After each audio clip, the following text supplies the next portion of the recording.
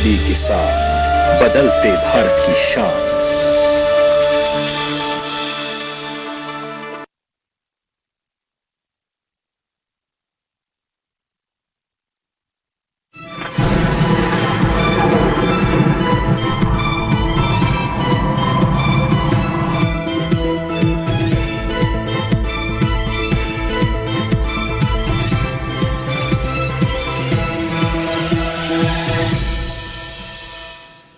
नमस्कार, मौसम खबर में आपका स्वागत है। आपके साथ मैं हूं अंजुल सिंह। मौसम खबर में जानेंगे अगले 1 से 2 दिनों के दौरान कहां होगी बारिश, कहां होगी ओलावृष्टि, कहां चलेंगी तेज हवाएं, कहां होगी कोहरे की स्थिति और साथ ही मौसम पूर्वानुमान के बारे में जानकारी देंगे। लेकिन शुरुआत करते हैं बड़ी खबरों के साथ जो कि मौसम से जुड़ी है। कौन से राज्यों से बड़ी 5 खबरें आ रही हैं, आइए उस पर सबसे पहले नजर डालते हैं। जम्मू कश्मीर और लद्दाख की बात करें तो यहां पर कुछ जगह भारी बारिश होने का अनुमान है।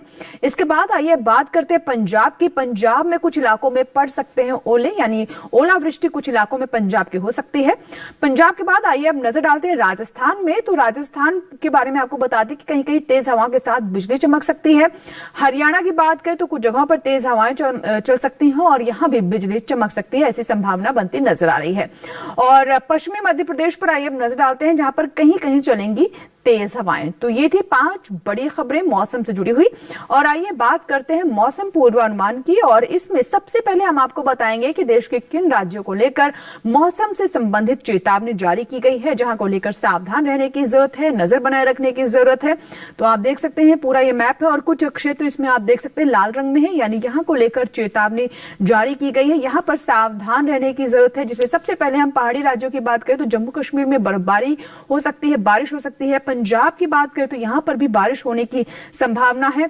हरियाणा, दिल्ली और राजस्थान में ओलावृष्टि हो सकती है, ओला पड़ सकते हैं। तो यहां पर हमारे जो किसान हैं, जो आमजन है, उन्हें सावधान रहने की जरूरत है।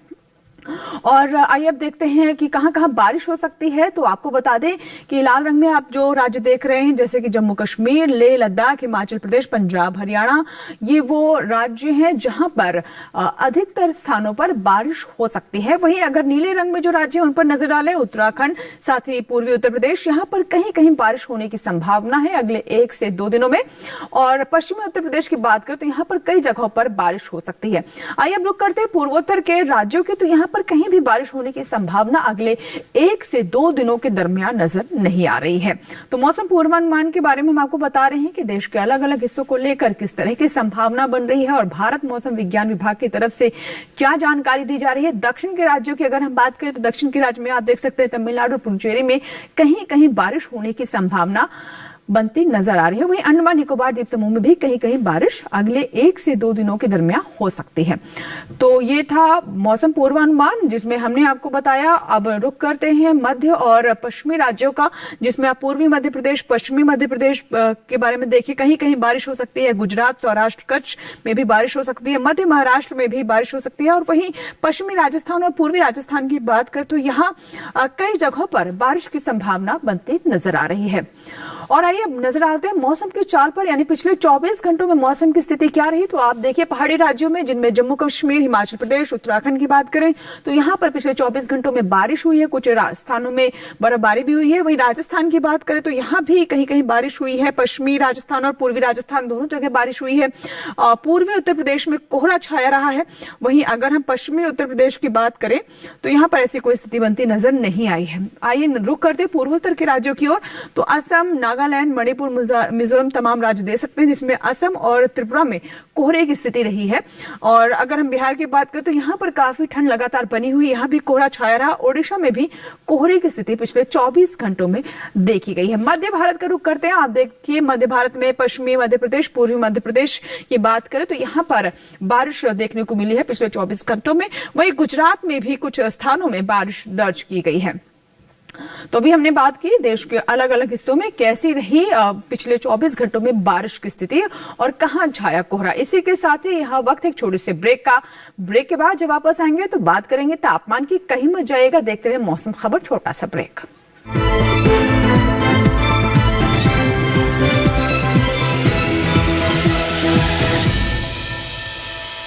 तुझे जॉब छोड़ा फिर भी सो कूल। ब्रो, नए चैलेंजेस नए मौके लाते हैं। अच्छा, सीरियसली राहुल, मेरा पूरा घर now it's an online retail store. देख, वाओ, लेकिन पैसे? कुछ साल पहले दिवाली बोनस को इन्वेस्ट किया था। और अब तो है LIC का यूलिप प्लान निवेश प्लस। एक बार इन्वेस्ट करो, इंश्योरेंस से सुरक्षा का लाभ और मार्केट की बढ़त का फायदा दोनों पाओ। One sec Rahul, madam, you are double cool.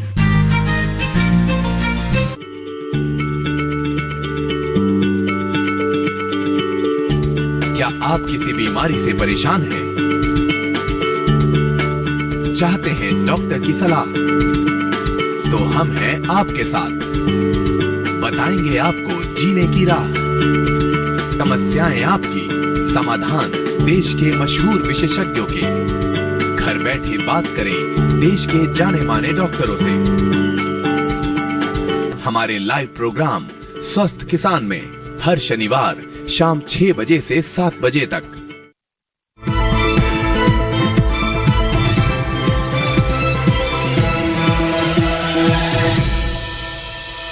और आइए बात करते हैं तापमान की, नजर डालते हैं देश के विभिन्न राज्यों में कैसा रहा तापमान, जिसमें हम आपको न्यूनतम और अधिकतम तापमान दोनों के बारे में जानकारी देते हैं। लेकिन शुरुआत में सबसे पहले आइए बात करते हैं न्यूनतम तापमान की, और इसमें सबसे पहले आपको तापमान के हाल में जानकारी देते हैं किस तरीके से तापमान की स्थिति रही हिमाचल प्रदेश और उत्तराखंड में। तो आपको बता दें कि यहाँ पर सामान्य से 5 डिग्री अधिक रहा न्यूनतम तापमान।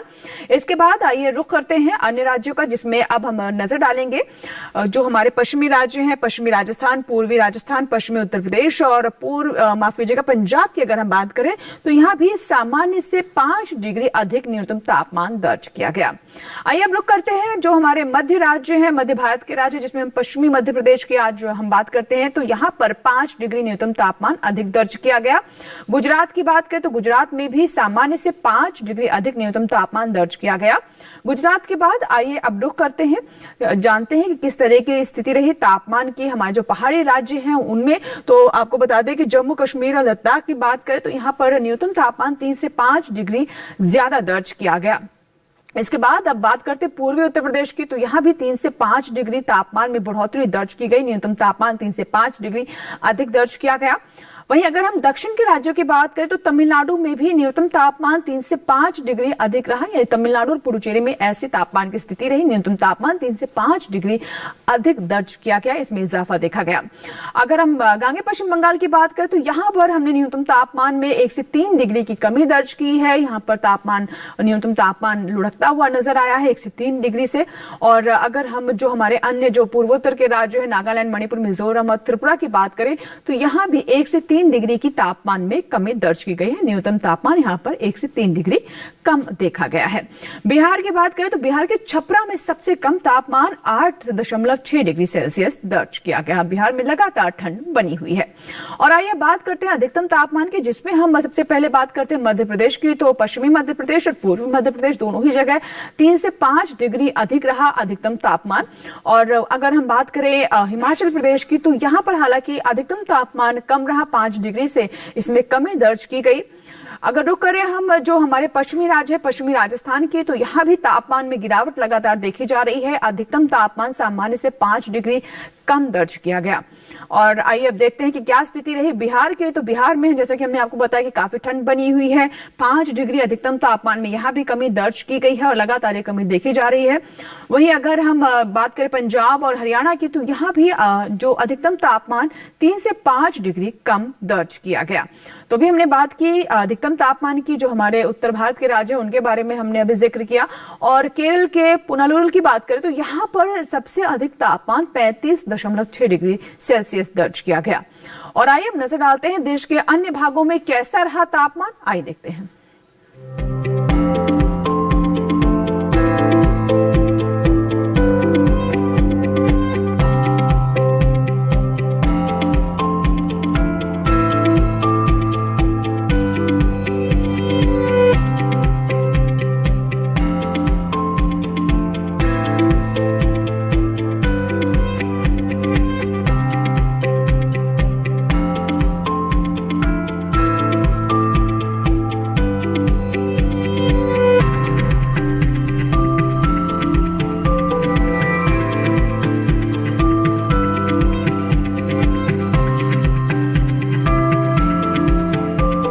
इसी के साथ ही मौसम खबर में यहाँ वक्त हुआ एक छोटे से ब्रेक का, लेकिन ब्रेक के बाद जब वापस आएंगे तो बात करेंगे आपके शहर की वायु गुणवत्ता के बारे में और साथ ही जानकारी देंगे पर्यटन स्थलों में कैसा रहेगा मौसम पूर्वानुमान। छोटा सा ब्रेक।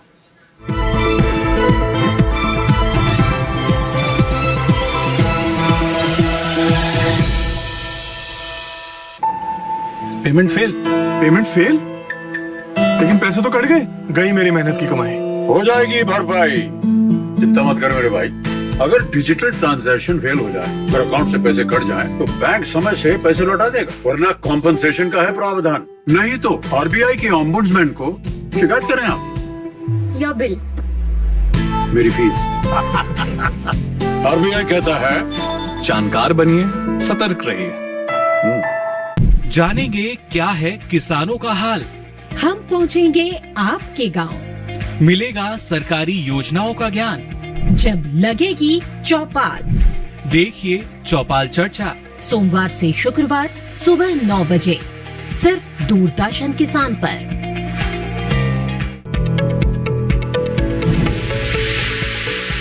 खुशहाल होंगे खेत, पशु रहेंगे स्वस्थ, सरकारी स्कीम का होगा लाभ, जब एक्सपर्ट्स का मिलेगा साथ, आपके सवाल विशेषज्ञों के जवाब, सिर्फ एक फोन कॉल की दूरी पर। देखिए किसानों का अपना प्रोग्राम हेलो किसान, सोमवार से शुक्रवार शाम 6 बजे से सिर्फ दूरदर्शन किसान पर।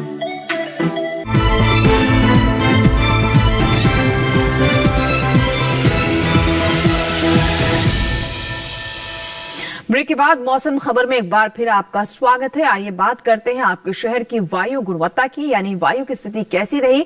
और इसमें सबसे पहले हम नजर डालते हैं राजधानी दिल्ली पर। आइए देखते हैं राजधानी दिल्ली की वायु गुणवत्ता। तो ये आपको बता दें 304 दर्ज की गई और अभी भी स्थिति बेहतर नहीं हुई है दिल्ली की। लखनऊ की बात करें तो वहां भी थोड़ी खराबी स्थिति, 296 है वायु गुणवत्ता।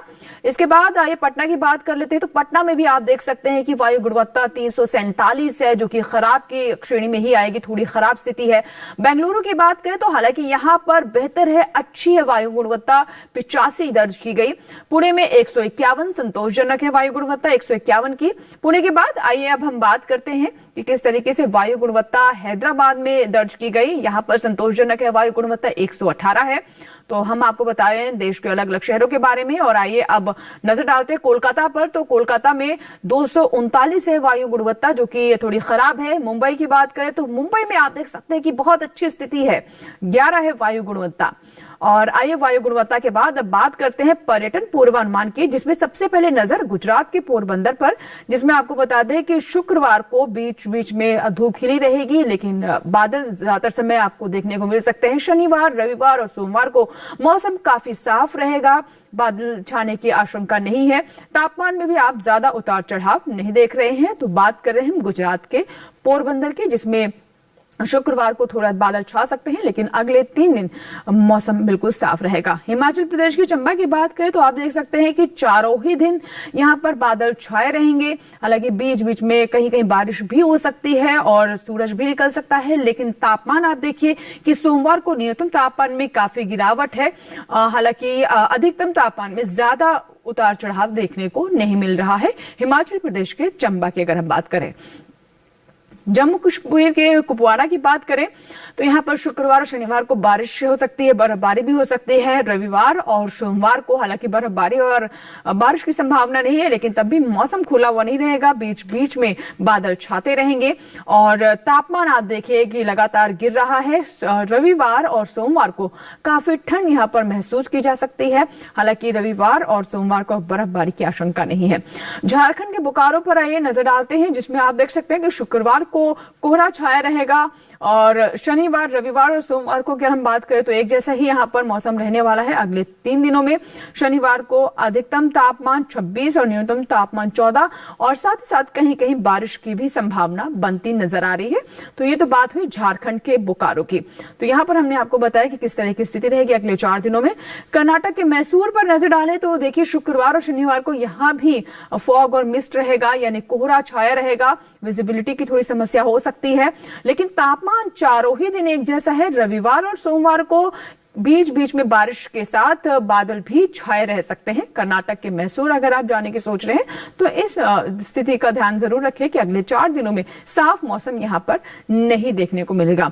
पंजाब के पठानकोट की बात करें तो चारों ही दिन आप देख सकते हैं कि बादलों की आंख मिचौली का खेल चलता रहेगा। हालांकि कहीं कहीं धूप जरूर आपको दिखाई दे सकती है। शुक्रवार, शनिवार, रविवार, सोमवार आप देख सकते हैं चारों दिनों की स्थिति कैसी रहेगी। तापमान की बात करें तो शुक्रवार को अधिकतम तापमान 19 डिग्री और न्यूनतम तापमान 13 डिग्री दर्ज किया जाएगा। वहीं सोमवार आते आते आप देख सकते हैं कि न्यूनतम तापमान में और गिरावट हो सकती है। महाराष्ट्र के रत्नागिरी की बात करें तो अगले 3 दिनों में देखिए तापमान में किसी तरह का बदलाव ज्यादा नहीं दिखाई दे रहा है। हालांकि रविवार को बस 1 डिग्री से न्यूनतम तापमान जरूर गिर सकता है, लेकिन मौसम तीनों ही दिन साफ नहीं रहेगा, बादल छाए रहेंगे। सोमवार को हालांकि काफी मौसम सुहाना रह सकता है, काफी यहाँ पर खिली हुई धूप के दर्शन आपको रत्नागिरी में हो सकते हैं।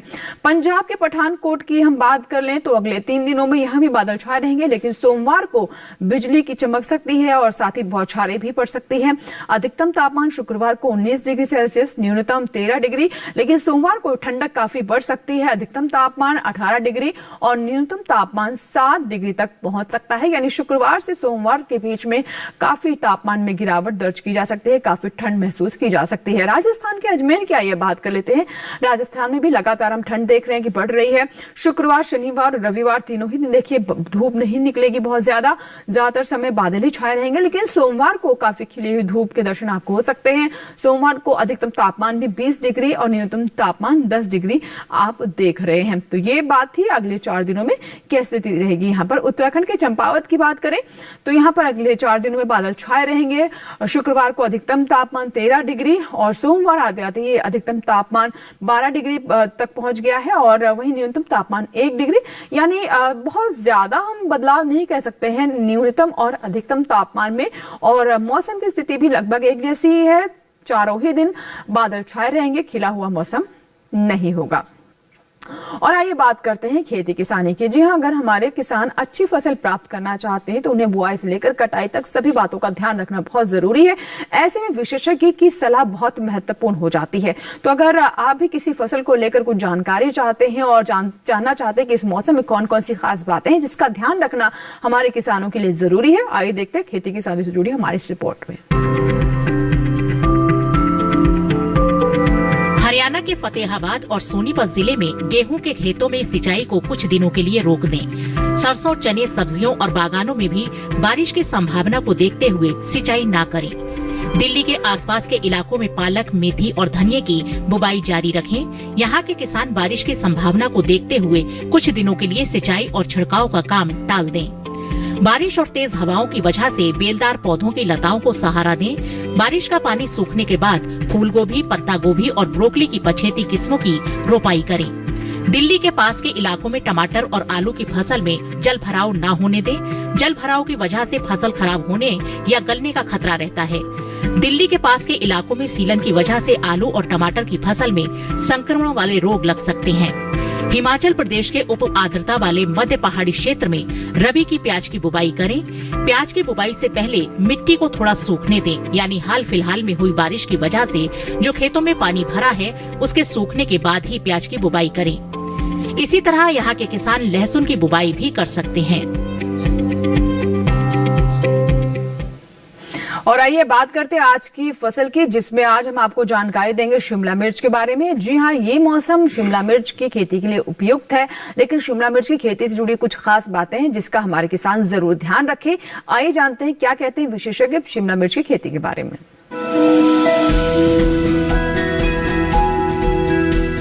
शिमला मिर्च की बुआई का समय चल रहा है। सर्दी का मौसम इसकी खेती के लिए उपयुक्त माना जाता है। वैसे शेड में 12 महीने इसकी खेती की जा सकती है। इसकी खेती के लिए सबसे पहले नर्सरी लगाई जाती है। नर्सरी तैयार होने पर इसे मुख्य खेत में रोप दिया जाता है।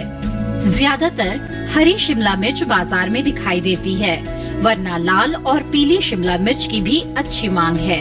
रोपाई करते समय ध्यान रखें कि पौध से पौध की दूरी 45 सेंटीमीटर और कतार से कतार की दूरी 7 सेंटीमीटर रखें। रोपाई के तुरंत बाद पौध में हल्की सिंचाई जरूर कर लें उसके बाद 10 से 15 दिन के अंतराल पर फसल में सिंचाई करते रहें। इससे फसल की अच्छी बढ़वार में मदद मिलेगी। सर्दियों में पाले से फसल को नुकसान हो सकता है। पाला लगने से पौध सूख जाती है और झुलस जाती है। इससे बचाव के लिए पौध में सिंचाई जरूर करें।